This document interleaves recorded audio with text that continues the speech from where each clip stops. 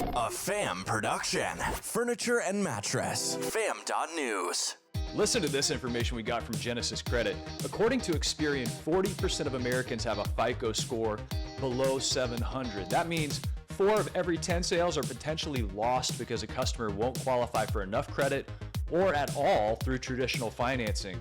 Fact is, customers deserve a second chance at affordable financing, and no one believes that more than Genesis Credit. As the industry's premier second-look financing solution for over 20 years, Genesis provides high revolving credit lines for customers with FICO credit scores above 550. And Genesis wants retailers to know that, hey, if you're seeing lower credit lines and fewer credit approvals from your first finance option, let Genesis Credit take a second look. Find the right fit for your customers' financial needs at genesis-fs.com/thefam. Be honest, how much do you spend each year on product photography? Aperture's the answer, Kinsley. Products and more products and vignettes and tens of thousands of dollars in reshoots. I mean, the reshoots.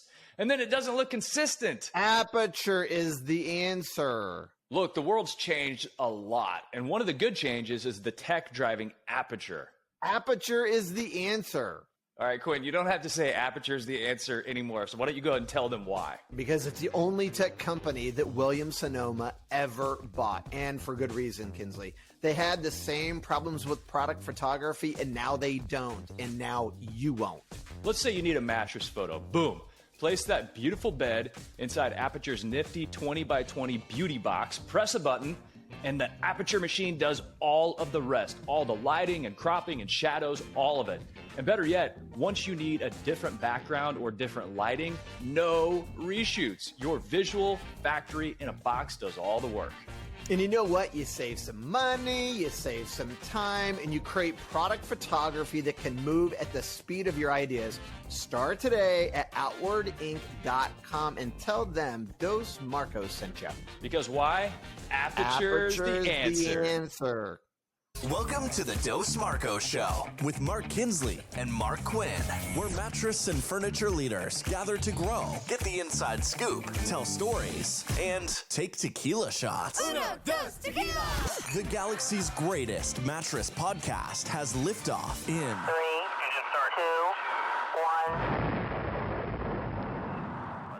Welcome to the Dos Marcos Show. I'm Mark Kinsley here with Bashar Wali, the CEO. Now, make sure I'm saying this right. Disassembly Practice Hospitality. That's the name of the business. Two separate companies, Disassembly and Practice Hospitality. Disassembly and Practice Hospitality. So I'm sitting here at the beautiful Westlake Village Inn here in Southern California, just outside of LA, Thousand Oaks area. And I hear Bashar on stage talking about his experience not staying in the same hotel even one night after the other. So describe this to people. You're saying if you're in Manhattan, you check into a hotel and you're going to be there 4 nights. Each of the 4 nights, you stay in a different property. Never the same one twice. Okay, paint a picture for us. So I'm a hotel guy, geek through and through. So I decided, 10 years ago, and I have FOMO, major FOMO. So I'm like, why am I staying here a second night? I've already been there, done that, seen it. I'm going to go try this other hotel.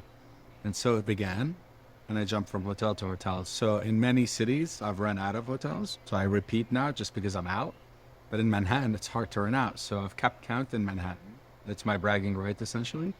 225 different hotels in the island of Manhattan, including Williamsburg, to be fair. I don't want to lie, but not counting other boroughs. Because I've stayed in like Jersey City. I don't count that as Manhattan. 225. If there's a Guinness Book of World Records for this, do you think that you would be holding the record today? There is, and I'm confident I would. Because no one is stupid enough, like I am, to move around. Many people travel far more than I do, I travel my fair share, 225,000 miles here today. But people live on the road, don't own homes, but they don't move around hotel to hotel. So that's the neurotic part of that equation. Okay, help me. But I don't care enough to prove it, I suppose, so I haven't tried. So you're saying you have FOMO. That means fear of missing out. Just for anybody who doesn't know, and there may be people out there who don't know. So your fear is, I fear missing out, having potentially stayed in a property I would love, enjoy the experience, want to know more about. So here's the argument I have with friends. So I live in Oregon, and I have friends that we go every spring break to Hawaii. So I say, why do you go to Hawaii? We love it. You go every year, yeah. How do you know? Have you been to Costa Rica? No. How do you know you're not going to like Costa Rica more than Hawaii? Well, we don't know. Well, then why wouldn't you try it until you decide? Then you could say, okay, I don't like Costa Rica, I'm going to go to Hawaii. But then there's also Ecuador, and there is Belize, and there is, so look, if the whole world was like me, I don't want to live on this planet. So it takes all kinds. There are creatures of comfort. That is not me. My wife to that would say, well, I like to go back to places where I know I can unwind. I understand what's going to happen. There's a time for an adventurous vacation. And there's a time for my relaxing vacation where I know everything's located. I am no dummy. I've been married for a long time. I do not do this to my wife or my family. My ass would be gone a long time ago. This is only self-induced, self-inflicted damage on my own. I don't do it to others. Now, if we travel as colleagues, I might make you do it. Because then not only do I get to see my hotel, but I get to see yours. So like we do this whole thing. So. Okay, so as a person, and this is a mattress industry show. So as a person who's very focused on sleep and sleep environments and the mattress and the sheets and the pillows and the whole experience, paint a picture of your general assessment of the sleep experience that hotels offer, that in your experience, the properties you stayed at, or maybe some that stand out. I think we as an industry are foolish because we have lost sight of the business we're in. We're in the business of sleep. We are giving you a good night's sleep. And for my properties and for my team, we have some pillars. I hate that term, but fine, we'll go with it for now. And sleep to me is one of the most important pillars. And it's the mattress, the sheets, the pillows, the alarm clock, how dark the room gets, how cool the room gets, the noise factor, the sleep button on the TV. Like there are 100 things that make for a perfect sleep experience, and we ignore them because we're more focused on giving you some crazy item in the mini bar that's going to shock and awe you, when at the end of the day, sleep is at the epicenter of what we do. And wellness is the new term in our industry, no longer fitness. And sleep is, again, at the heart of wellness. You don't have a good night's sleep, forget anything else you might do, because you're literally shortening your life. So I'm pleased that we as an industry are starting to think about it more and focus on it more. And this mattress conversation, I've always been puzzled. You know, if a hotel makes the investment in a mattress once every 5 years, 3 to 5 is what I tell people you should do. Some people wait 10 years. I'm like, are you crazy? 3 to 5 years, you've got to change your mattresses. So in the beginning, we'd say, let's call it a 5-year investment. The difference between a good mattress and a great mattress, relatively speaking in dollars, is not that big. So why are you skimping out on something that you're only going to change every 5 years? That is truly at the bottom, at the heart of what you sell. So I always tell people, the mattresses I use in my 3.5-star hotel are the mattresses they use in the suites only at the 6-star hotels, because the price difference isn't that big, and what a great amenity to give guests. So people fail miserably at it. As an industry, we fail miserably at it. So one of the things I did coming in here is because I'm a newbie to BLLA, which is the Boutique Lifestyle Leaders Association. So I'm new to this, and I'm new to the hotel industry as a whole. So I wanted to learn about it. So we did a research project, 400 people across the US, national sample. So it gives you a 90% confidence interval, who had stayed in a boutique hotel for 3 nights during the past 12 months. Now, a lot of them had stayed at other styles of property. This is what surprised me. I'm gonna tell you what didn't surprise me. What didn't surprise me was the reason that people wanted to stay at a boutique hotel. A lot of it was driven around. It was more unique and fun, and it was in a great location. Not surprising. After that, we asked the question, out of these 20 items, force rank what's most important to you when you stay at the hotel. So once they're on property, what mattered? The number one item, I felt like they were just serving this up on a silver platter. The number one item was the mattress, and the number 2 item was quality of sleep. I mean, the coffee maker was way down, the fitness facility was way down, the mini bar was way down. And what do hotels focus on? All the things that don't matter, sadly. Again, we're starting to pay attention. And you asked about some of the experiences. There's a brand, Equinox, you know, the fitness brand. They're in the hotel business. They have a hotel in New York, their first hotel in the Hudson Yards. And they truly focused in on the sleep experience. So right next to the bed, there's a button that says, I don't know, sleep well or something like that. And you push the button, shades go down, 100% blackout. They have a great mattress, great sheets, great pillows. So great that, you know, you share a bed with a partner sometimes, and you're always tugging at the comforter. They have 2 separate comforters on the bed. So if you're sleeping with your wife, your spouse, your partner, you each have your own, you're not playing that game. So you push the button, the temperature drops to 67, which is scientifically proven to be the ideal sleeping temperature. The smoke detector doesn't have a light flashing on it. The thermostat doesn't have a light flashing on it. So very, very, they leaned into the sleep thing heavily, and it's paying dividends. Because guess what? Again, it's 1 out of 225. I remember it. I talk about it. The rest just blends. Who cares what's in the minibar? Who cares what art you have on the wall? Fundamentally, I assume it was all good and good enough. But in this particular case, the sleep experience definitely stood out. As a business traveler, I got to the point where I was really contemplating carrying Band-Aids with me to put over all the little lights that invaded I carry my sleep. little dots. You do? Yeah, little sticker dots, and I put them on the. I mean, sometimes it's hard to get to the smoke detector in the ceiling, but certainly the thermostat is easy, and it is obnoxious. Like some of them are literally like flashlights in your eyes. It's ridiculous. Alarm clocks, everything. We don't think about it. We haven't thought about the sleep experience, and like I said, it's really a shame because at the end of the day, that's the business we're in. That is the business we're in. The data we got also says that 71% of people, the quality of their sleep would impact their review. And 2 out of 3 people were leaving reviews, writing reviews. If I'm cranky, you're going to hear about it because I didn't sleep. Now, obviously, a lot more goes into it. Noise, elevator, whatever. All this stuff goes into it. But, you know, there are hotel beds, literally, when I go, that are beckoning me in, right? It feels like you're getting hugged in it. Like sitting in a race car. If you ever sat in a race car seat, like you feel that you're just encompassed in it versus just laying on some flat, hard, terrible. And again, I scratch my head and I say, how much money did you save from buying this mattress to having bought the right mattress? It's not much in the scheme of things over a 5-year period. Okay, so we talked about Manhattan and all the different sleep experiences you've had there, 225 different hotels, and Equinox is the one that stands out to you. On the sleep experience. On the sleep experience. Yep. Other sleep experiences outside of New York that bubble up to the top in terms of memory or memorable? I'm trying to think. I've stayed in a lodge, not a hunting lodge, but a wildlife lodge, in South Africa.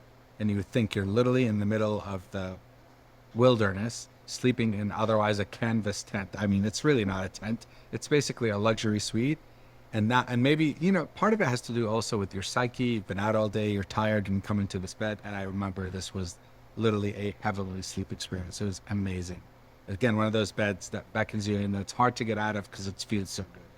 That is a beautiful thing. If you wake up in the morning and you're ready to get out of bed because your back hurts or you didn't have a good night's sleep, but if you wake up and you're like, I just want to stay in a little bit longer. Exactly. You're going to attribute that probably to the hotel too. Exactly, yeah. Because they're curating every single item around you. Now, meanwhile, I'll give you another interesting sleep experience. The Ice Hotel, the original Ice Hotel, 2 hours north of the Arctic Circle in northern Sweden. You literally sleep on a slab of ice, and you have basically a pad, and then you were sleeping on top of a reindeer skin for warmth in a sleeping bag. That was a miserable sleeping experience. And again, I'm saying, put a nice mattress on the bed. Who cares? Slide them in the ice room. Why are you making me suffer? Put a nice mattress on it. We're crazy in the mattress industry about cooler sleep. Yeah. And it got into where it's the cooling wars. Yeah. I'm like, no, there's a point at which it's way too cold. Exactly. And you feel like you're sleeping on a block of ice. Okay, I have to ask you about your hat. Your hat says spiritual guide. It's nothing in particular. Well, you could be the spiritual guide for people. You're like the patron saint of all hotels. There you go. I'm the spiritual guide for hotel experiences. I love it. Okay, talk to us about some other just wild experiences, even outside of the sleep focus of the conversation, that just stand out to you. Great experiences. I mean, I've stayed, again, because of my neurotic behavior, everywhere I go, I try different. Ice Hotel, definitely to do it. One of the more interesting experiences pre-COVID, just recently in the last few years, in Amsterdam, in their like port district, there's an actual crane, and imagine taking a shipping container, cutting it up in 3 pieces, and putting it inside the crane on top of each other, and each one's a hotel room. Wait, are they lifted off the ground? Yeah, they're inside the crane up top.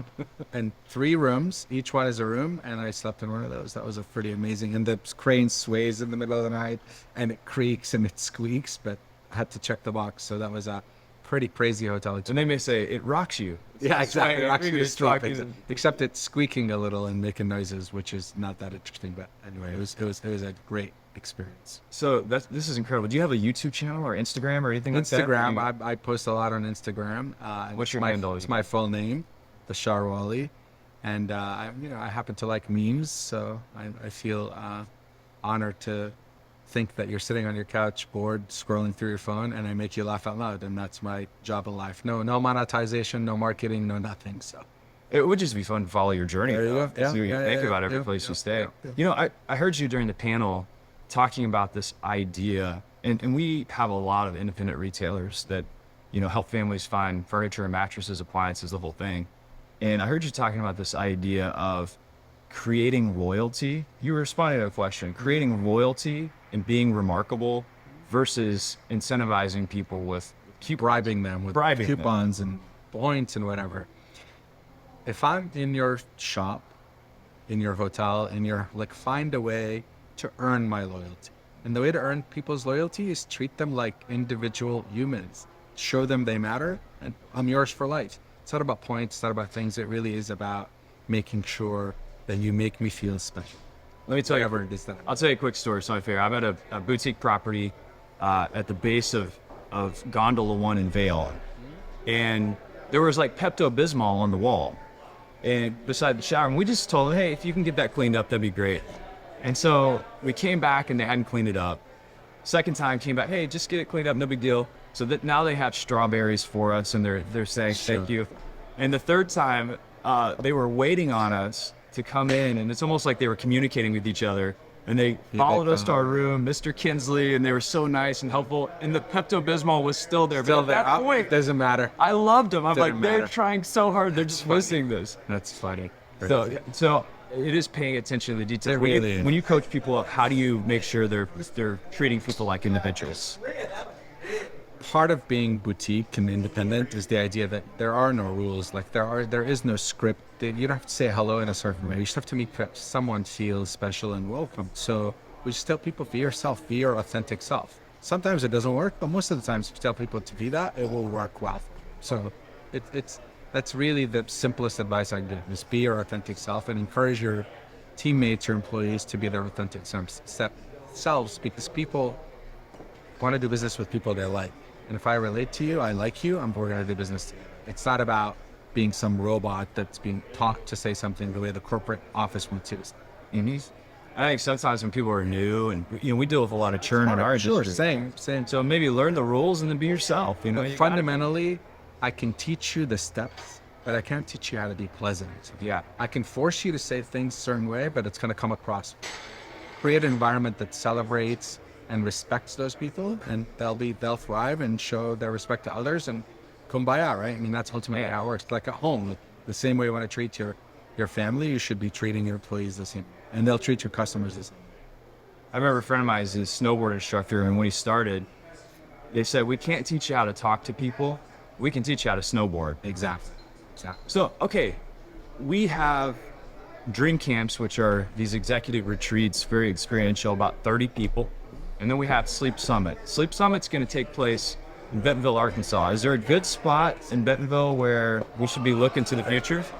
I am coincidentally working on a project in Bentonville, Arkansas, an independent hotel, ground up. So it's going to take us probably a couple plus years to get it off the ground.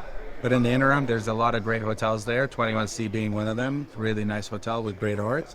But yeah, we're excited about Bentonville, and I can't wait to be a part of this. Okay, so here's another, I'm kind of putting you on the spot since you've been to so many properties. Sure. So one of the things we want to do with Dream Camps is make sure that people get off the plane and they go to the locations and there's walkability or there's access to nature. That's why we had Dream Camp in Bentonville, because you can take an Uber to downtown, and all of a sudden you don't have to be in a car anymore. Sure. And you have access to mountain biking trails. So it's very wellness focused in a way. Sure. But we have, conference facilities and things like that. Can you think of any properties domestically that kind of fit that bill where you can get there and all kind of have that shared experience of being outside quite a bit? I mean, there's so many areas to think about a little bit, but there's so many places. It really is, it's about the place of where you want to be, right? Whether you beach or mountain or whatever. I'd have to think about it some more. You put me on the spot. I can't think of any right away, but I think about Denver being at sort of the footsteps of everywhere, and you can easily access the outdoors. Boise, Idaho, Sun Valley, Idaho, great place. And I think about being in Sun Valley. So yeah, a lot of great places, and a lot of these destinations, mountain towns, resort towns, that give you access to the outdoors and great places to go. So, Okay, talk to us real quickly, trends in traveling. COVID, many things shut down. Your industry completely fundamentally changed. How are things coming back? Corporate travel still down? Yep. Is group travel and offsite type travel for smaller companies up? What are you seeing? So, what we affectionately called revenge travel, the minute things opened, we're like, okay, everyone is going to get out of the house and go. And that mostly benefited resorts, drive-to destinations. And more recently, you saw this incredible, immense demand for Europe being satisfied when Europe opened back up and we could travel again this past summer. So I think with revenge travel behind us and kind of things coming back to normal a little bit, we're definitely worried about what happens with business travel. It's back, but not at the levels of pre-pandemic. And we aren't thinking we'll ever be pre-pandemic level, just because people live differently now. So we're sort of watching that carefully to see what happens there. But I think this idea of, I think Americans have rediscovered America. So when before you used to go to Europe or Asia or whatever, they're saying, wait a minute, South Dakota is a great place. Bentonville is a great place. So people are adding these American destinations on their radars, and we're seeing a lot more of that. So I think leisure is compensating a little bit for business, but certainly we're still a long way away from recovering back to the pre-pandemic levels, depending on what happens to office, right? Like, you have no reason to be in the office anymore. And you used to host people in New York City that came to your office and needed hotels. Well, now they don't need to come to New York City. So what happens with that business travel? That's what we're very keenly watching for and waiting to see what happens. Our hope is that it'll come back in the 80 percentile level, hoping not less, because if it's less, it'll certainly be a hit to the big business center of cities. One of the questions I didn't ask during your panel was focused on this idea of experiences. Of course, if anybody stayed at or hopped on Airbnb for whatever reason to book a property, you've seen local experiences. And I started thinking about boutique properties and their ability to be more high touch. Have you seen boutique hoteliers invest in creating kind of the stem to stern experiences and guided experiences when guests come into town, or is it still kind of focused on the property and the experience there? You're seeing more of it, definitely. It's sort of in our own shop, we call it, we want you to come and we want to be base camp for adventure for you. And by the way, adventure could mean walking the city and exploring architecture. Adventure doesn't have to be climbing mountains or biking, right? It literally could be urban adventure. And I think with this blend of business and pleasure that we're seeing more people wanting that, because a business traveler who came airport, Uber, hotel, office, hotel, Uber, airport, they're saying now, I want more. So we say, how can we curate a 24 hours for you extra to encourage you to stay, which is to our benefit, to extend your stay and give you a reason. You've been to New York 50 times and you've never been here. I can't believe it, because you just come and follow your routine. So you're seeing more and more people paying attention to it.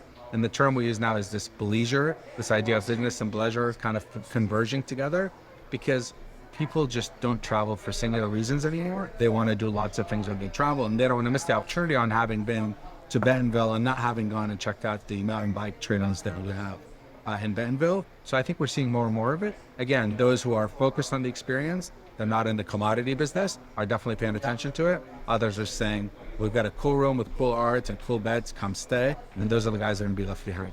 Yeah, interesting. So it is going to transition into experiences. 100%. I always talk about in our business, it's not a transaction, it's a transformation. This is your chance to be a part of somebody's life. If you don't provide that experience in a hotel construct, think about it. You pay me $100 or $1,000 a night. Maybe you steal a towel. That's the extent of it. Like if I go to a store and buy a phone for $1,000, I have that phone with me for a long period of time. I go to a hotel, it's gone. Like I have nothing. So if you don't give me a reason to remember and celebrate what you've given me, you're a commodity. And if you're a commodity, gas is commodity. If I'm going to fill up my car, I don't care who, what name, I care price and location, right? And if that's what happens to hotels, we're dead. So if you're not focusing on creating more than, if you're going to become a commodity, you're dead. Because people don't buy commodity. Hotel is not a commodity buy. It's an emotional buy, and it's based on the memory you bring.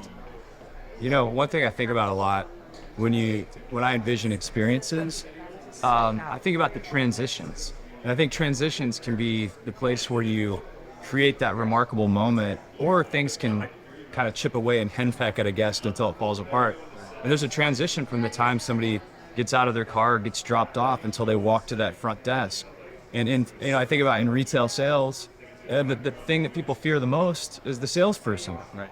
Well, whenever you're walking into a hotel, I think the opposite should be true. When you walk up to that person that should be the most welcoming side of the day. Exactly right. And I think, again, we Hotels Forever have created this sort of velvet robe and bouncer feel, like you don't belong. And I think we're starting to shed that image because people are done with the whole formality.